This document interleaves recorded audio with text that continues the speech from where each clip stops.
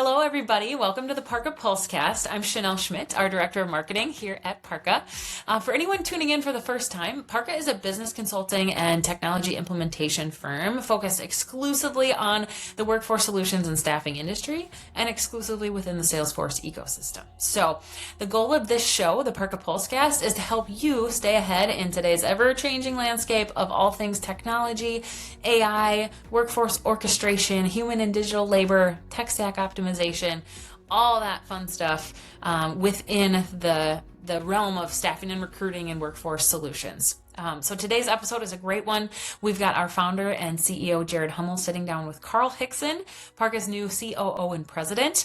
And they're talking all about the greatest areas of opportunity and what's happening in the staffing industry, what they're excited about. And Carl has deep expertise within the consulting realm outside of the staffing and workforce solutions industry. So he really brings a fresh take and a unique perspective on what we're seeing right now in our industry. So without any further ado, I'm going to hand it off to Jared and Carl. But thanks for joining us here on the PARQA PulseCast. Yeah, so let's just start out simple. Like I can pump your stats all day long, but we got to hear from the horse's mouth. Who are you, Carl?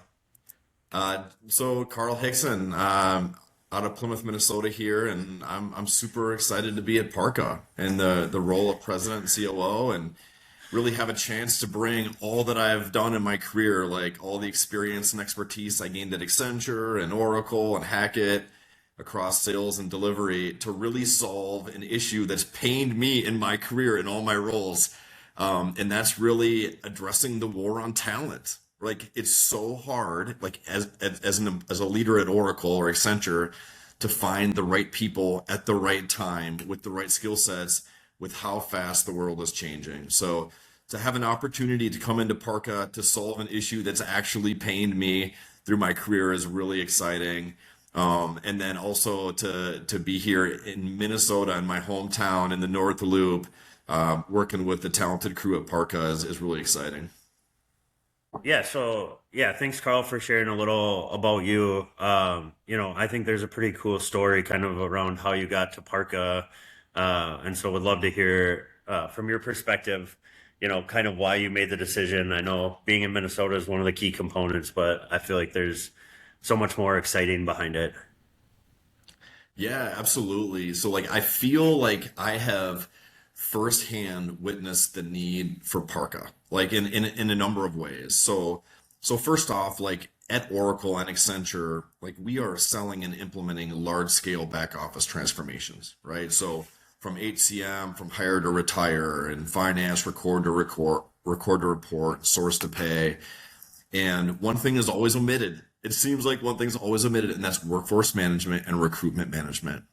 And like from a product perspective, like whether that's Oracle or SAP SuccessFactors, the product doesn't stack up. Those enterprise SaaS solutions don't stack up with the boutique best of breed solutions. And then from a services side, those companies don't bring the staffing industry expertise that's really needed for staffing industries and workforce management companies to thrive. So like there's a huge hole in the market there. And if that's the staffing services, the product services gap, there's the business issue too that I've seen firsthand, like at Oracle and Accenture. So I had the privilege of leading hundreds of resources in the US, India, and Latin America. And when we need to hire, it's like a 3-month lead time just to find a candidate. And the window's closed, right? And then there's 3 more months to bring them on and get productivity. So what do? Like, so in that situation, what we do is we call our staffing company, we call our staffing firm, we open a role, and there's an absolute panic to fill and get resumes in 24 hours, or else perhaps lose out on the opportunity. And the candidates don't fit, they don't have the right skill sets, and a lot of times they may be people that we've already worked there that we can't hire again. So there's huge issues in process and technology, in workforce planning, workforce strategy, and staffing that I've experienced in Oracle, Accenture, and others. And so enter PARQA, right? Enter PARQA. Yeah, no, I think it's crazy. Like you've actually seen this at play in big private organizations, like where Parka in the, to date has always focused on the staffing and the workforce solutions firms. But like, I just remember one of the things in the interview process when you're like, just expediting a hire by 2 or 3 days could mean tens of millions of dollars for these companies that are hiring at scale. And then, we had a LinkedIn article from Salesforce come through that like the average government employee, it takes 250 days to onboard them and another 250 days to be at full capacity. And like, when you're looking at it as like a small business owner or something, like one person obviously doesn't create like a magnitude of shock, but like some of the numbers you threw out to me like created a magnitude of shock of like they're hiring thousands of people and you're talking millions of dollars. And so would love to kind of hear your perspective when you said that in the interview process. Yeah, so that's a great example. So there's a couple industries that I've worked closely with that hire at scale. So one is airline industries. The other one is retail, like with seasonal hiring. And we're not talking about hundreds of employees that are hired a week. We're talking about thousands and tens of thousands of employees that hired a month. And when we can't hire those people, or we get the wrong hire, it's a direct impact on customer satisfaction. You think about the airline industry and how high the bar has been set on, flyer experience, right? And you think about retail, like in the holidays, what our expectations are as consumers. And there is absolute top line revenue impact by not having the right people at the right time with the right skill set. And there is a war on talent across the country and across the world. And the disruption of AI and like what work is happening by humans and what work's happening by machines exasperates all of that. So again, to come in and help close the gap, one, so it saves millions and millions of dollars for companies that are spending millions on recruiting, interviewing, hiring, contracting, and then, like I said, it impacts customer satisfaction as well. Yeah. Yeah. So as we can kind of continue on the opportunity, I was actually talking to a guy this morning that's out in Seattle that was at Tech Week in California, and he's like, the money that's getting poured into HR and HR technology right now, like between Salesforce, the Oracles of the world, but also like startups in Silicon Valley, like HR has always been looked at as like a cost center and slow to adopt. But like one of the things when we were, talking before you joined was like you did the research and industry technology spend is actually higher than manufacturing and some of the others, but yet oftentimes HR is talked about as being like a decade behind in in efficiency and effectiveness. Like, can you talk a little about like your surprise of the spend in the industry and also like why you think with all that spend, like it's not it's not driving business results? Right. Yeah. So I was shocked. I did a lot of research on IT spend as a percentage of revenue, IT spend as a percentage of EBITDA and profit, gross profit. And what I found is that it's not just at par or better, it's materially higher. But the results are not there because everyone thinks of staffing and workforce management companies as low profit businesses. And Parka's response to that is it doesn't have to be. There hasn't been the investment in technology, and there hasn't been partners or GSIs that have the deep expertise to drive like cohesive process, cohesive solutions that drive the profit that other industries have seen. So that is Parka's niche, is like we are investing deeply in industry knowledge and industry process that can drive end-to-end process, end-to-end technology to drive the profit that's been missing in the industry. Okay, every recruiter, every salesperson in staffing is swivel chair across 3 or 4 systems. You hear about all the time, like, hey, I just found a candidate for a role and it took me 2 weeks, but I found him, and another recruiter had lunch with him yesterday. But there wasn't the communication, there wasn't the systems to share. So, this is our spot, right? And I believe it's a huge opportunity for Parka and the industry in general. Yeah, no, it's funny you say swivel chair obviously comes up with our clients, but like with with my background of being a CFO at a staffing firm, like literally sat in the middle of the office as they put it on a whiteboard, put it on an Excel sheet, put it in Bullhorn, put it in a separate tear sheet in Bullhorn. And it was just like, holy cow, like this is just nuts. So anyways, yeah, let's switch gears a little bit. You know, we've mostly talked about kind of externally and like some of your experience in human capital management and supply chain and how that applies and things you learned through like the interview process that got you excited about Parka. I think the second side is just, you know, I've said this, you know, for the last couple of years or so is like in this industry, like there are several implementation partners and there are good implementation partners and there are cheap implementation partners, but like the one thing that I've found is that there's really no outcome-based consulting in this industry.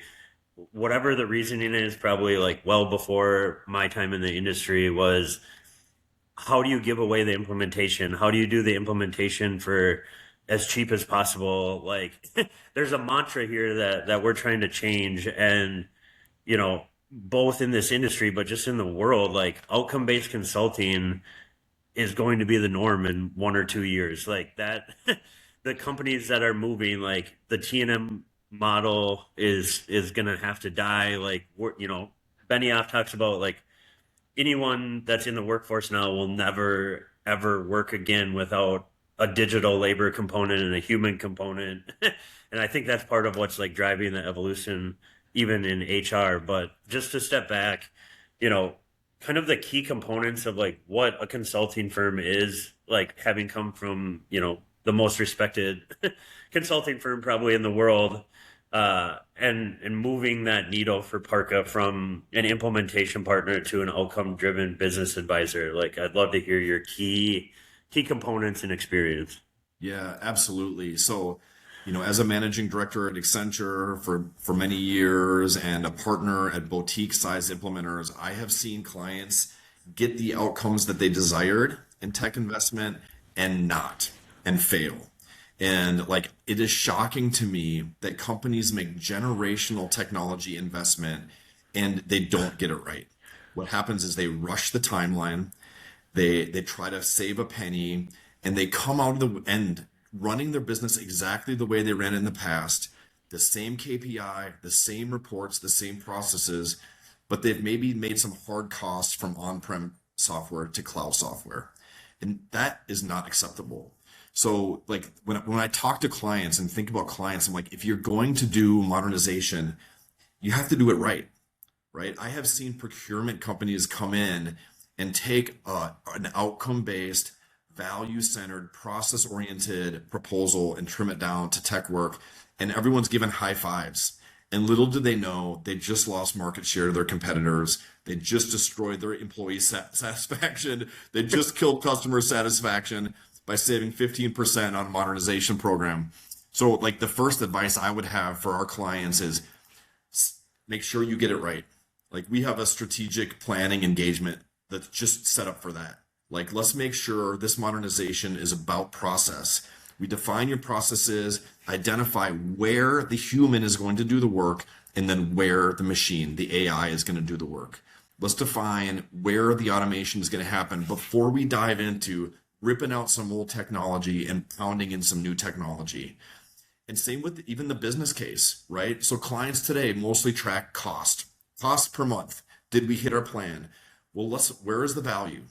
Right? Like, where is the efficiency and effectiveness that we expect? And let's track that literally month to month in a tool. So those are some big pieces of advice. Is like, let's be outcome based. Like, what is the impact to our financial statements that we expect? And let's track it. What is the impact to our people and their lives and their ways of working that we expect? And let's track it. And then the other piece of advice that I'd have for our clients is like, you can be successful or fail with a GSI type implementer or a boutique type implementer. It's really about the people. Okay. So get to know the people on your project, right? And that's another reason I'm excited about Parka. Like our people are amazing. They know the industry, they know the process, they know the technology, and they're fun, hardworking folks. Yeah, great answer, Carl. Like, you know, our team knows us, you know, the market doesn't know everything about us yet, but like that's one thing that I've been passionate about in building Parka is like, I don't want to be a put the quarter in model. Like I want to achieve business results. And so because of that, Parka has and will continue to invest in A-level players. And whether that's people that have a workforce solution and a Salesforce background, or people like Carl and others that have worked at the Slaloms of the world or the Accentures of the world, like it really is putting the best people together to drive business results that allows for success. Moving on to the next, and I don't want to, put you on the spot, Carl, of things that we haven't yet released, but the next phase and something that we've been onboarding you with, and I'm sure like you were researching before, is just like how we're using AI internally to provide those better outcomes for our clients. And would like to kind of hear your thought process as you talk to some of your peers in the industry and knowing a little bit about where Parka is going. Like, how do you envision, just high level, that kind of changing the whole model of consulting in the next, 1 to 3 years? Yeah. So more AI is not an AI strategy. Let's start with that. Like just like mass AI adoption, like organically, is not only going to drive the results that our clients are looking for, or us at Parka, but it's actually going to create issues, right? You're going to have people creating content that they don't understand. They're going to have content that comes out that's not branded or doesn't align to your mission. So let's just stop there with like AI needs an AI strategy and a thoughtful deployment, or you will actually step backwards likely. What we're doing internally is, again, what we coach our clients on. Like, understand your process, understand where we're going to use AI in our ways of working internally and with our clients, and then where we're going to use machines. Where's the human work? Where's the machine work? And how do they come together to bring the best product for our people? So that's where we are at internally, and that's how we believe AI should be leveraged in the field for our clients. And like I said earlier too, with our clients' processes is the same. Like, we come in with our PARQA industry reference model. Okay, so our industry reference model is end-to-end processes for staffing industries.